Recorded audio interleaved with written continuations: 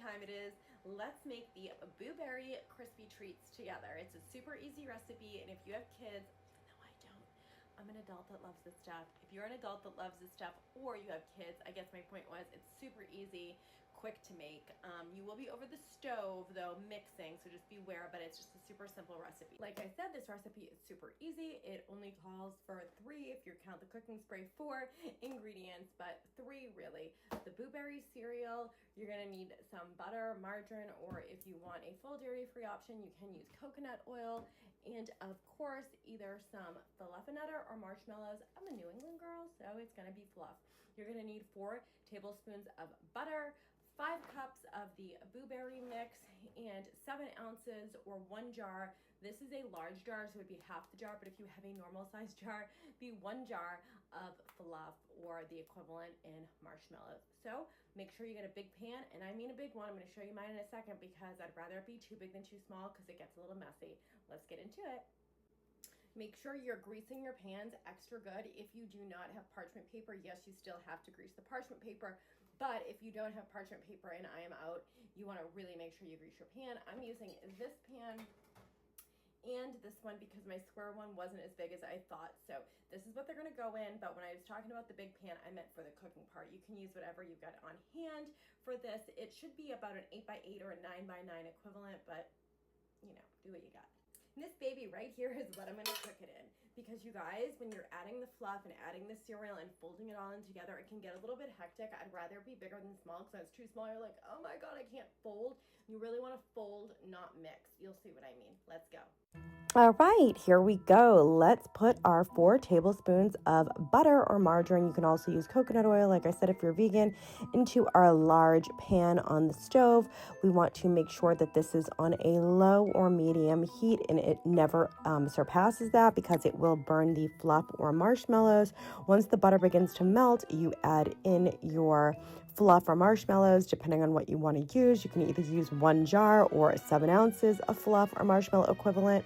This was a 16-ounce jar, so I used what I found fit for the large family style box of blueberry that I do have, but typically it does call for 5 cups of cereal. Once you put in the fluff or marshmallows, you need to stir consistently and make sure you have enough butter. Again, you do not want this to burn or start getting stuck to the pan or cooking. You literally just want it to melt down to the consistency that we need for the cereal to stick together. So make sure you are stirring. Once that is melted to your liking, we're going to fold, yes, I said fold, in the blueberry cereal or any cereal of your choice. Again, you don't want to stir this too aggressively because it will break the cereal pieces, and that's not the crunch you want in a crispy treat. So you really want to make sure you're folding it in and that each piece is coated. So when we do put it in our baking dish, that it sticks together and forms into Rice Krispie treats. I like to add this cereal, I'm having a little piece to make sure it's not poison, to add the cereal as I go, because it really is to your liking how much ratio of cereal to fluff or marshmallow that you want. I like to see what I have for marshmallow and what the coating looks like on each piece of cereal. So I do that, and then I just keep adding the cereal in until I feel that the ratio is to my liking. Once you are done that, you're going to scoop that mixture into those pre-greased baking dishes, although this doesn't technically go in an oven to bake, but you know what I mean. If you used parchment paper and butter, that's great. I did not have parchment paper, like I said earlier, so I just really made sure to grease those pans because it is sometimes a little sticky to get out without the parchment paper. So if you don't have any, please just make sure you grease your pan extra well. And I am transferring all of this goodiness into those pans with the spoon. And once I do that, that's it. That's really it. That's why I said in the beginning, it's super simple. The hardest part is really just standing over the stove and stirring the fluff or the marshmallows and making sure they don't burn.